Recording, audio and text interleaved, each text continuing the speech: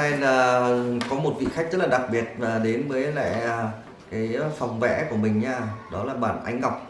Bạn Ánh Ngọc có thể giới thiệu cho mọi người không? Xin chào tất cả các bạn, mình là Ánh Ngọc. Mình học lớp 2, mình 7 tuổi. 7 tuổi. Mình học trường tiểu học Kim Quan. Bạn Ánh Ngọc có thích môn mỹ thuật không? Cháu có. Bạn Ánh Ngọc đã vẽ được những cái gì rồi? Cháu chưa vẽ được cái gì hết. Hôm nay bạn Ánh Ngọc thích vẽ con chó không? Cháu có. Các bạn biết, các bạn ạ, con chó là một con vật mà nó rất là gần gũi, rất là thân thương đối với lại từng gia đình một. Con chó nó không những mà nó trông nhà trông cửa cho chúng ta, mà nó lại còn là một người bạn rất là thân và đối với lại mọi người nhé. Đấy. Thì sau đây chúng ta sẽ vẽ hình ảnh con chó ngộ nghĩnh và đáng yêu nhé các bạn nhé. Chúng ta sẵn sàng nào? Vẽ em bé này nhá. Đây, chuyển bút từ sang bên này sang bên này. Đấy, bắt đầu vẽ cái mắt đầu tiên nào cho bé thôi. Cong tròn, cho nó hơi cong cong ở bên trong tí nhá. Đấy, nó hơi cong cong như này. Rồi, khoanh dưới. Đấy, bây giờ chúng ta sẽ vẽ vào cái mắt này. Cái mắt nó bắt đầu từ điểm này này. Đấy, đúng rồi, bên này cũng vậy. Bây giờ chúng ta sẽ khoanh tròn ở phần trên. Phần bên trên khoanh tròn to hơn phần bên dưới nhá. Đây là cái bên trong cái lòng đen của nó có một cái phản xạ ánh sáng, cho nên nó sẽ có một cái đốm trắng ở đấy. Đây, sau đó nó ra tô đen.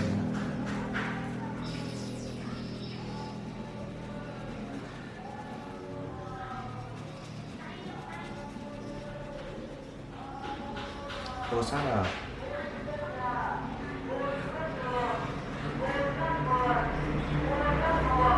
Mungkin itu sama. Bây giờ đây, đặt vào đây. Đi ra. Cong lên 3 lần thành lông mi. Con gái ở chỗ kia. Đúng rồi, bên anh cũng vậy. Đấy, xong chưa? Cái này cháu vẽ đẹp hơn. Bây giờ thì chúng ta sẽ vẽ cái mũi hơi cong một chút nha. Mũi hơi cong một chút, xong rồi uốn cong xuống dưới này, không cần to quá. Rồi, cho khoanh lên đây. Tô đen phần bên dưới.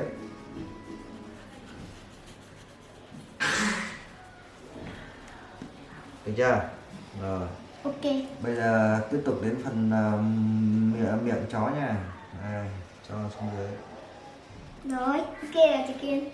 Cứ bình tĩnh, uốn cong.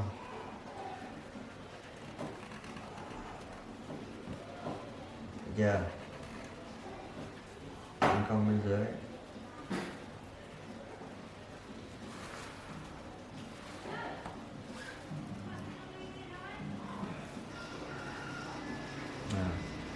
Bây giờ để vẽ đến phần tóc này.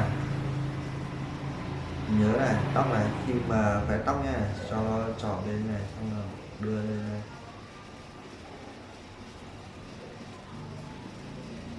Như chị M đấy chú Kiên nhỉ? Đúng rồi, gần giống chữ M. Được chưa? Xong là đến phần này hơi ra một chút. Đấy. Rồi, đến phần trên này thì chúng ta sẽ vẽ luôn phần tai bên này, cái phần tai bên này đây.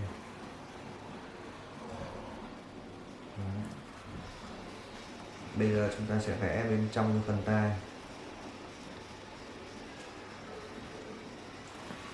Ok chưa? Ok. Bây giờ chúng ta sẽ vẽ tiếp đến phần tai bên này. Cho phần tai này xuống đây. Một đường cong. Từ từ. Hơi cọc vào quá rồi. Nào cho bên phần dưới này.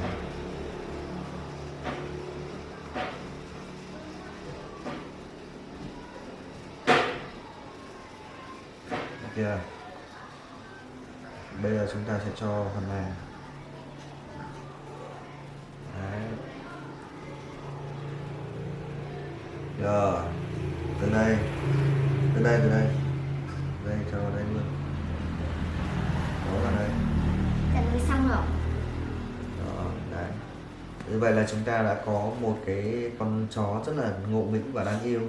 Bây giờ chúng ta có thể là vẽ thêm cho nó một cái lơ nhé.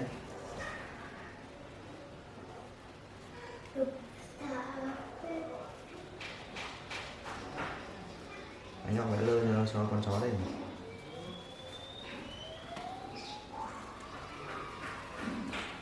Rồi. Và tiếp theo thì chúng ta sẽ đi sang vẽ phần thân con chó các bạn. Mà con chó thì chúng ta biết rồi, nó rất là thân nó rất là dài rồi, thân nó rất là dài nhé, và nó có 4 cái chân các bạn. Nào chúng ta bắt đầu vẽ cái thân này. Đầu tiên là chúng ta sẽ khoanh cho vào cổ con chó một cái vòng thật là đẹp. Đấy, cái vòng nó sẽ như này, từ đây ra đây. Và bên dưới cái vòng nó có một cái gì, có một cái quả chuông nhá. Thì chúng ta sẽ tô quả chuông này. Đấy là cổ con chó. Giống quả táo kia này. Không sao, quả chuông. Quả chuông gần giống đấy. Bây giờ chúng ta sẽ từ cái phần vòng này. Đấy, chúng ta sẽ vẽ cái thân con chó. Được chưa? Được rồi. Rồi, bây giờ từ cái phần này chúng ta sẽ vẽ cái phần ngực con chó. Nè, Ok. từ cái phần này chúng ta sẽ vẽ phần chân trước con chó, trong cái đuôi nhá.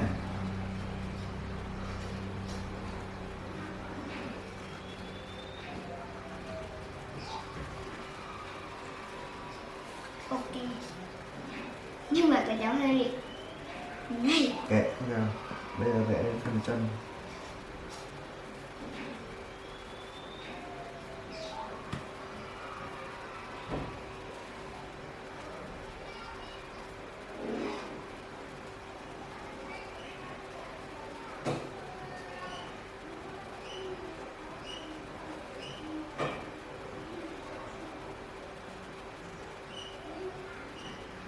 Được chưa?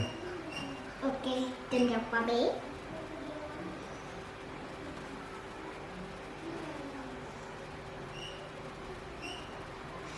Cong lên. Rồi, dựng chân trước.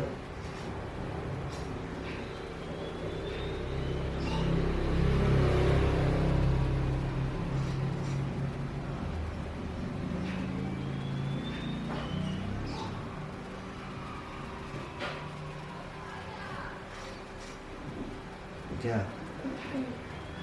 Phần chân sau.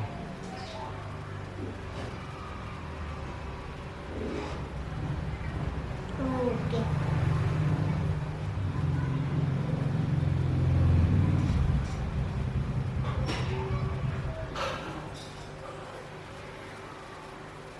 Đấy.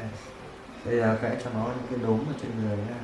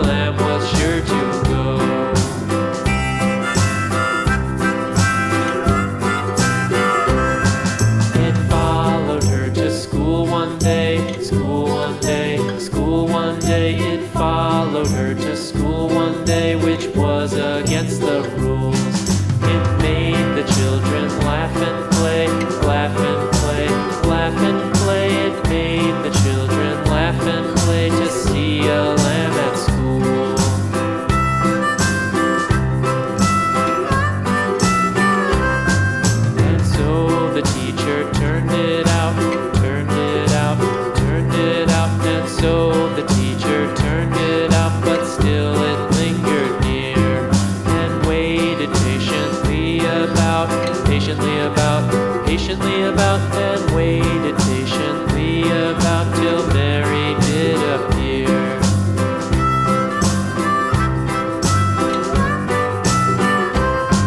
Why does the Lamb love Mary so, Mary so, Mary so? Why does the Lamb love Mary so? The eager children cried.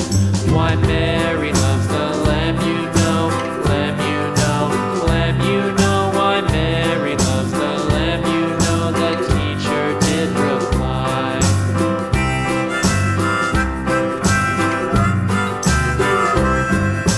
Mary had a little lamb, little lamb, little lamb. Mary had a little lamb, its fleece was white as snow.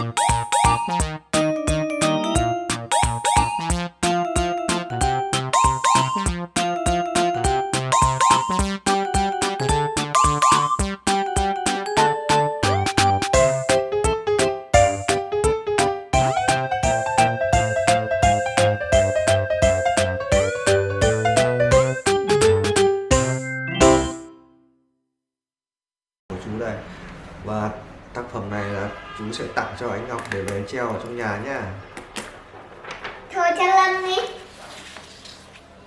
Tí nữa chú sẽ dán toàn bộ những cái tác phẩm đó ở trên đằng sau này nhá. Ôi sao không đi? Đấy. Cho Lâm. Chú sẽ cho toàn bộ thành ở đằng sau này thành một khu vực để hai chú cháu sẽ ngồi ở đây để vẽ tranh nha các bạn nhé.